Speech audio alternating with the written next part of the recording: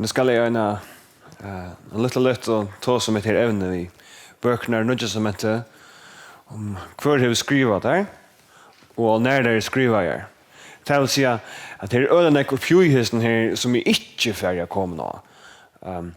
Lömme så färdiga inte komna spårningen om det som var skriva nyer, det är samma som det här var nu, det är rösten synesvär.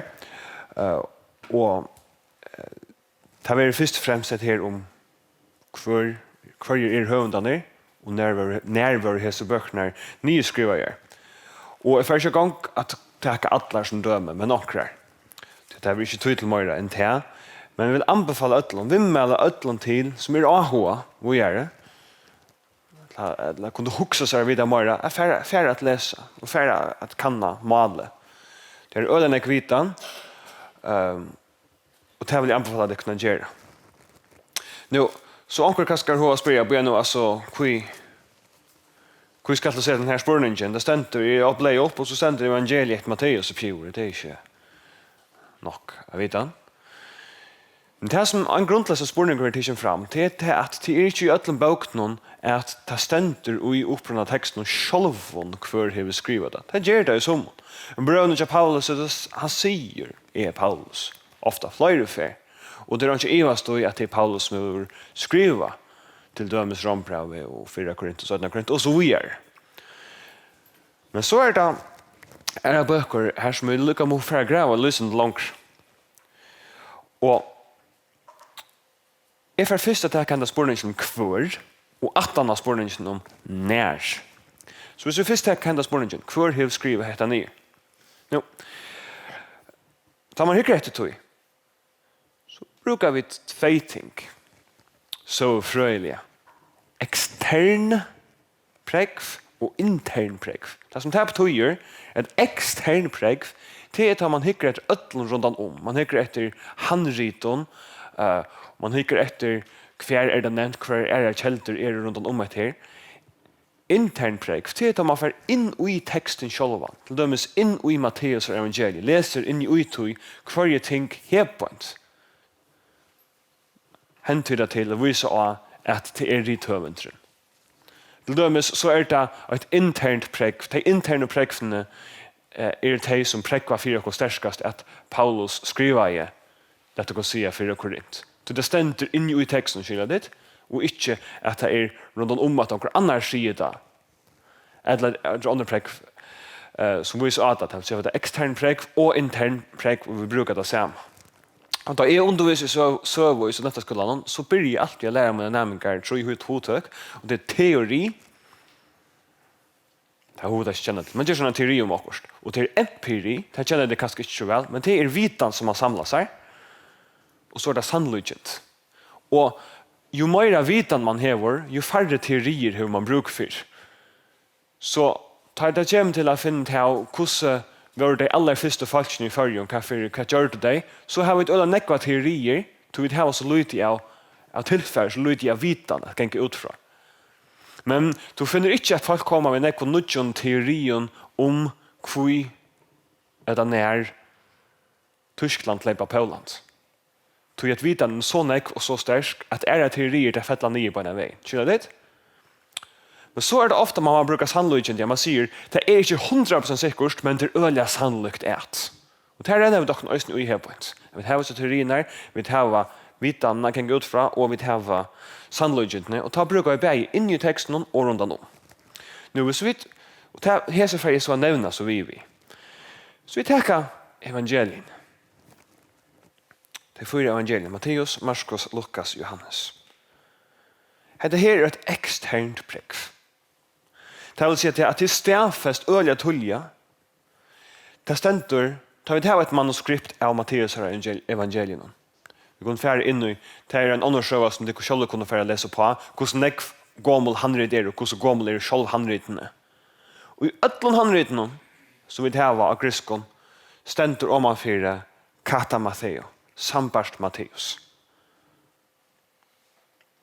Hvør hevur skriva til av første fer, om det står at vi opprunner handritten som ikke langer til, det vet jeg ikke. Men det er et tekno på at det ikke har vært nekkfusk og nekva teorier, onker gitt hettar, onker gitt hettar, onker gitt hettar, onker gitt hettar. Det ser ut til å være handlest over semja. Og til å finne alle min atter i døgnen. Papias, som var født om lai trus, i trus, og da levde jo i lai 100 år, han sier det samme. Det var Matteus, det var lærersønnen til Jesus. Du kunne lese om nekvar som sier det som samme. Og som sagt, det er mest som fullkommen semje. Du finner det et handrit, som er alt handrit av Matteus, etter Markus, Lukas eller Johannes, så stender det pivor. Kata Lukan, Kata Johannin, sambarstonen. Og det er semje et første rom. Her på ens. Så det er et eksternt prosjekt, og en øyla sterk ekstern avbending om at det er det som her var skriva. Her sier Evangelium. Disse tekstene. Og så er det et annet nok så spennende, han det er prosjekt. Det er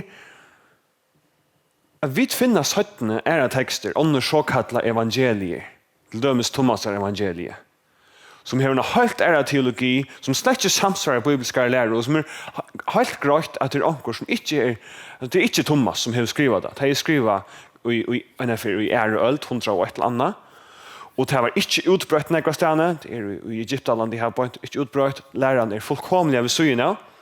Men hva har det så kallet det Thomas evangeliet, til man vil gjerne at det skal være en av apostlene. Det så det lettere få det utbrøtt, lettere få det, lettere som om at det vil en av tøymer som skriver det. Og hver vi sier at det er en sånn her rønt at gjøre en tekst her som man innskjer at kanskje å få hette øysene inn i, så er man finner jo en av apostelen, kort av navnet av apostelen av Paulus. En lærersønnen av Paulus, ja.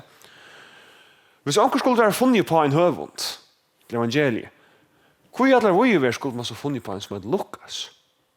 Det er unga mening. Hvor er det her? Jeg har funnet på at jeg har begynt for å finne på en høvund. Ja, men hva er Thomas et lokkjort? Ja, Filip. Men Lukas, det er vel man så ikke.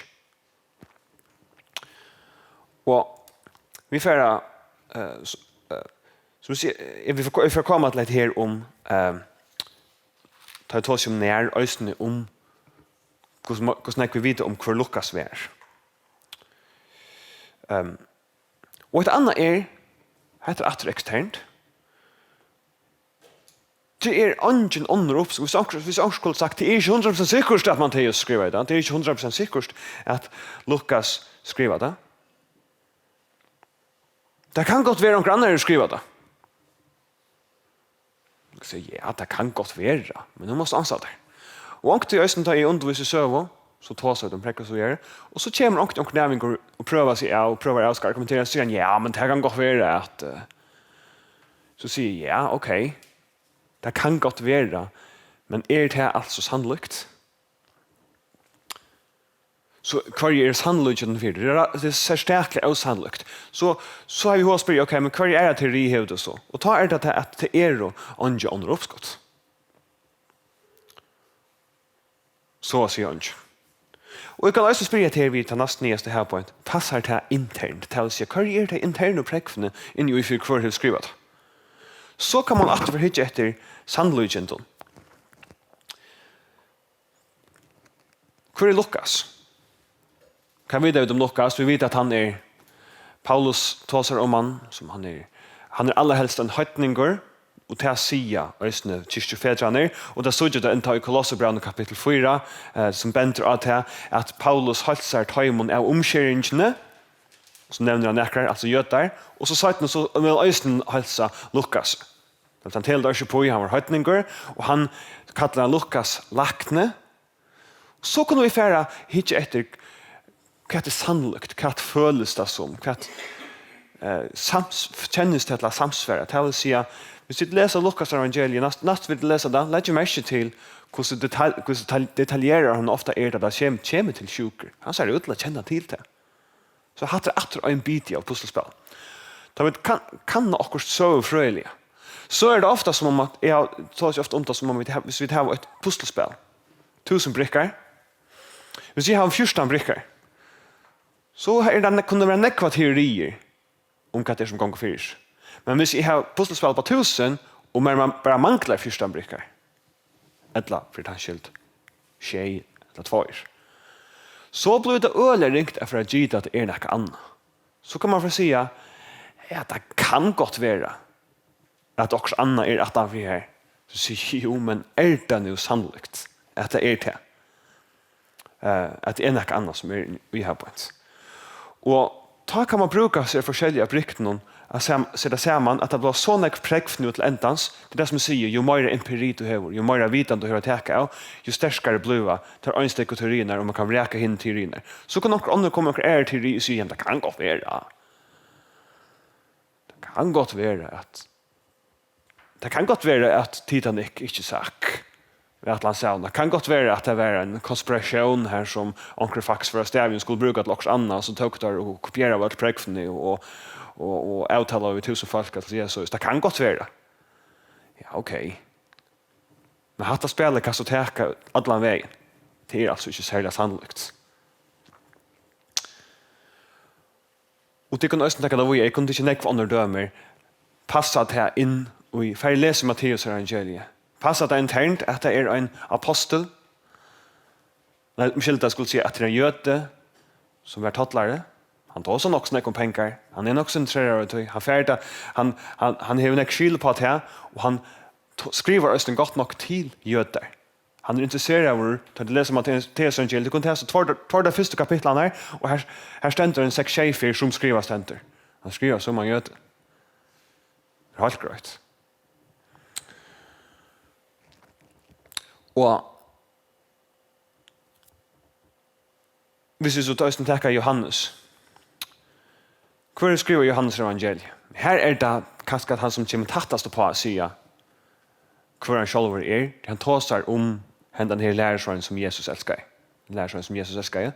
Og knyter så at nekv av det som sender Johannes evangeliet det gjør akkurat som et egnet vittne. Det er ikke Lukas, ikke. Han nevner alla möjliga snediga detaljer Johannes ofta om sådana speciella detaljer här som Jesus säger och så förklarar det som skriver det alltså Johannes och några detaljer. Det är ett äkta vittne som skriver det. Följs små. Och så är det Lukas. Åter. Nej, Michel det är inte Lukas. Markus man glömmer. Hur är Markus? Är det näka? Helt fra fyrstene så gjør vi at alle første kyrkjefetrene, papja sier det selv, at Markus skriver her stender Markus var omsettere tja Petr. Og på en av veien kommer han med så kan si teorien, og mest som stafelsingen er, at Petr hevur kommer informasjonene, og Markus skriver ned. Kjentes Markus og Petr? Hvis det han Markus vil lese om, ja. Ta i Peter var fri av ut ur fangstelen, hva fører han? Inntil mamma Markus. Markus var her. Kan lese om søyten, hva ble Markus? Han fylte Paulus og søsnabaten Barnabas. Han rymte, og Paulus ville ikke han visse her etter. Og det ble sin ilt i middelen der, men så søyte vi søyten at Paulus skriver en brev at takk Markus vitter, han vil meg gå ut hennastene. Han har jo nok så är det ut till vi samma med Peter och han skriver ner. Tas vi känner kan vi det om Peter? Han är bravor, han är stöja boja, han skundar sig. Färg läser Markus evangeliet och lägger märke till hur snäcka skundar sig. Han säger och bajnavägen och bajnavägen. Anke annan evangeliet brukar ordet kai, alltså lycka nekv per sjuju, man kan så ska säga. Alla vi jöknon. Det är interna präkve passar ösnu väl.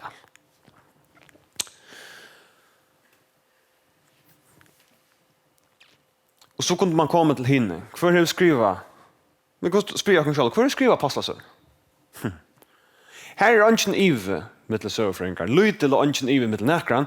Att det är samma som skriva Lukas evangeliet som skriva apostlasøn. Alltså hvis vi finner till att skriva apostlasøn så vidare vi kan skriva Lukas evangeliet. Och det så är det kört vi att läsa första vers Lukas och läsa första vers i apostlasøn. Här Lukas brev han säger att han skriver till en som heter Theophilus. Det är flera men helst en som heter Theophilus. Og vi sutja at apostlasøren byrjar vi, han sier, hinna fyrre bøkene til Teofilos skriva jeg om det som Jesus byrjar jeg gjøre. Det er helt grøtt det samme, og skrivestolen det samme. Og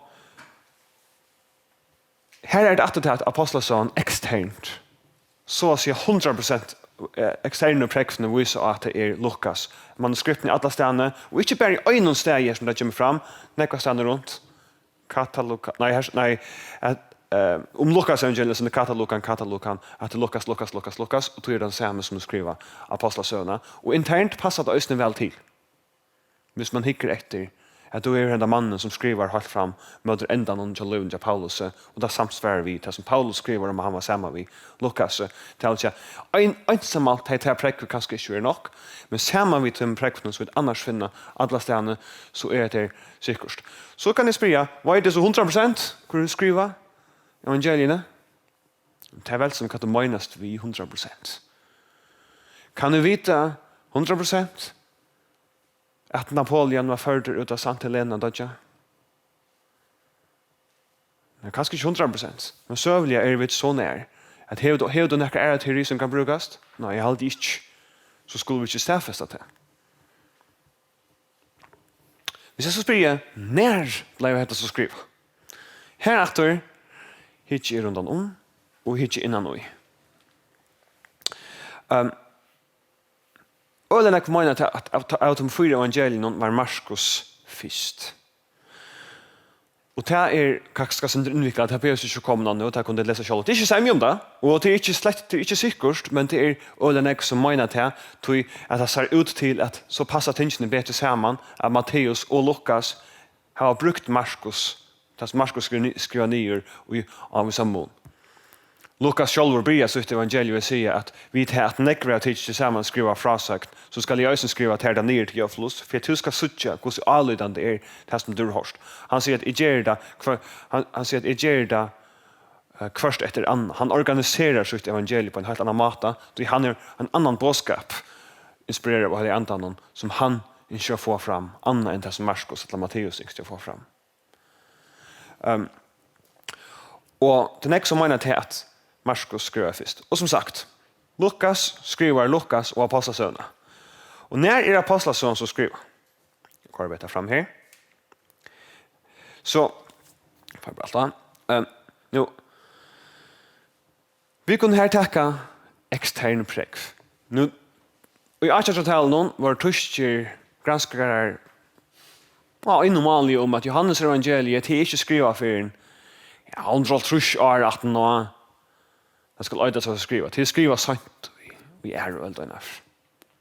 Kanske en 3 öld. Men så hände näka en för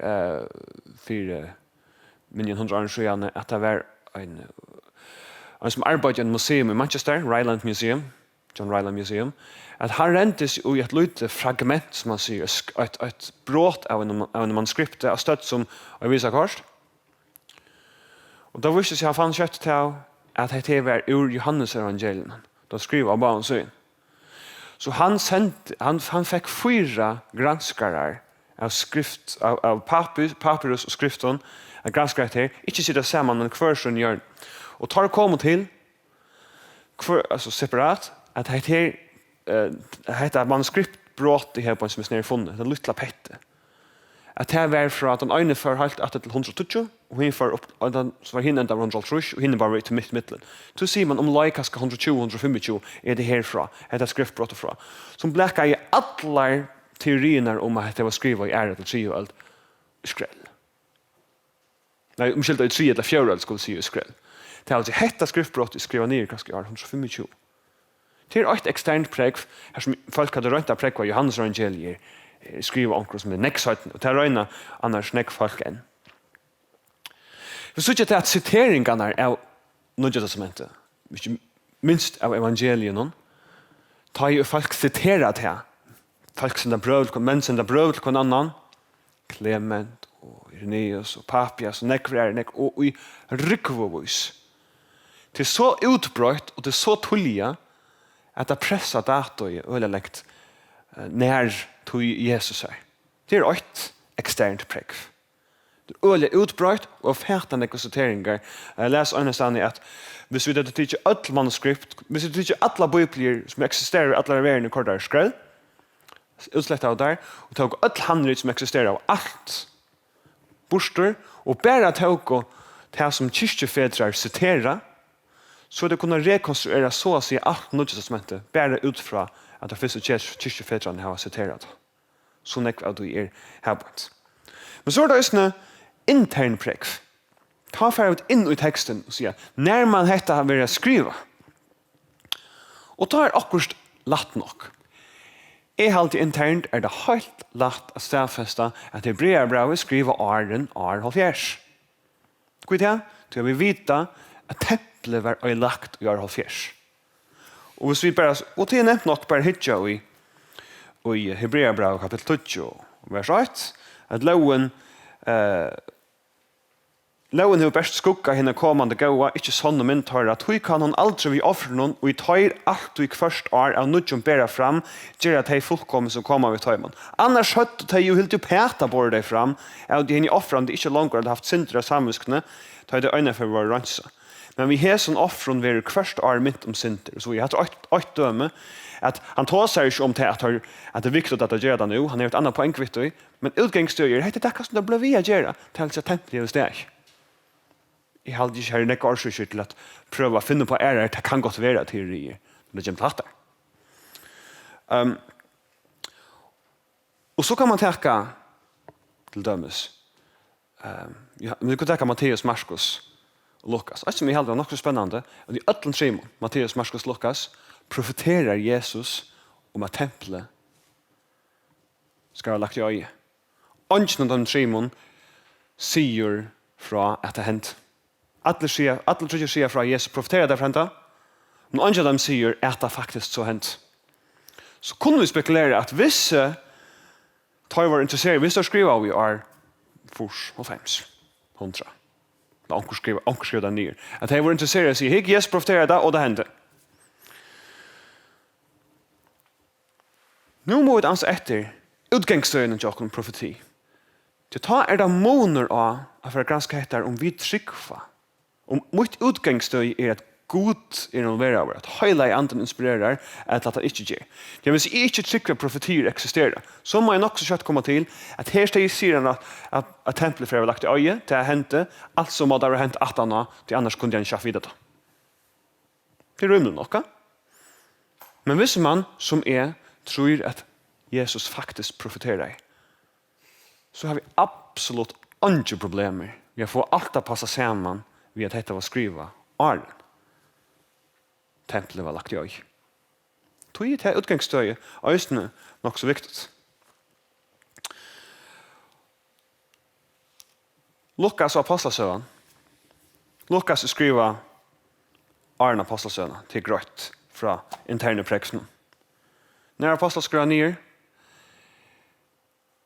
apostlasövan hur mänkan irriterar mig.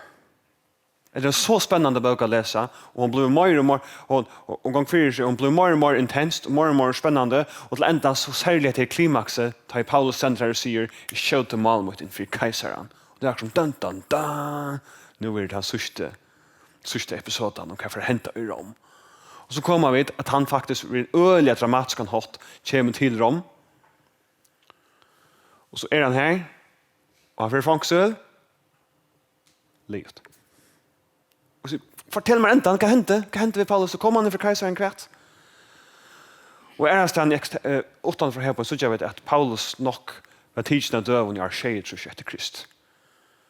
Och det ser verkligen ut som jag hade lite ivast då i att ända bögen vill skriva ner åren till. Där man hickar efter kostar vi sett upp. Så heter det sannolikt. Alltså, år 35, 33, 34, 32. Efter Krist.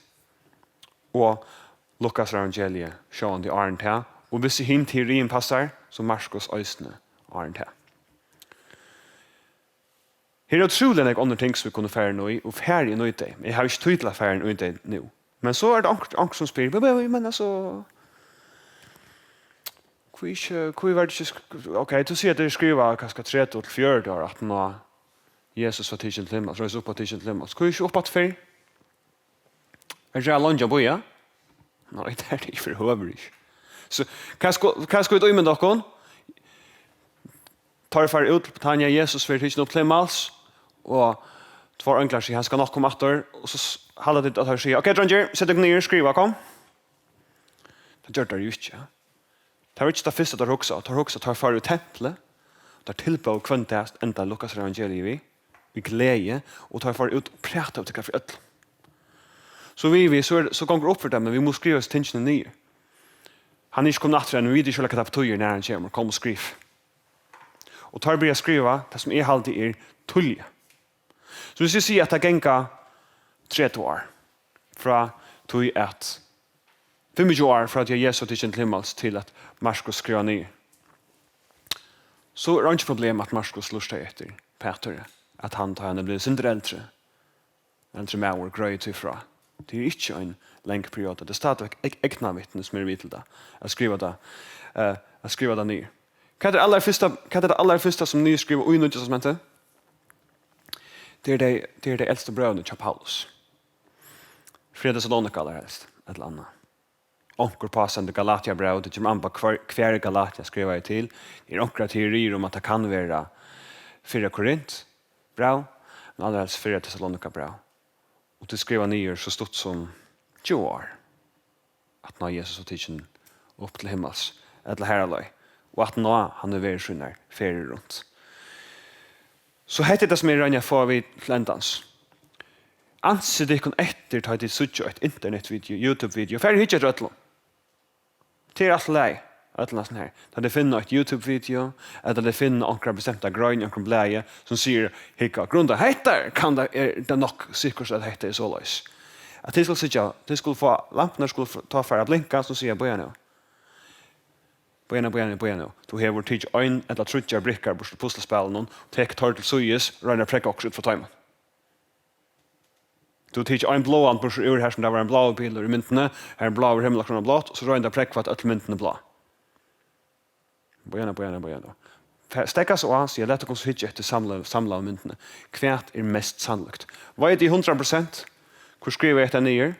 En teknisk sett så vil jeg nøy. Men ut fra det som vi heva av empiri, internt og eksternt, altså av vitan, det er internt og eksternt. Fakkas teorierna og sannløgjen er at han som vi stender i her skriva det, er det som har skriva det, og til skriva halt til. Takk for det.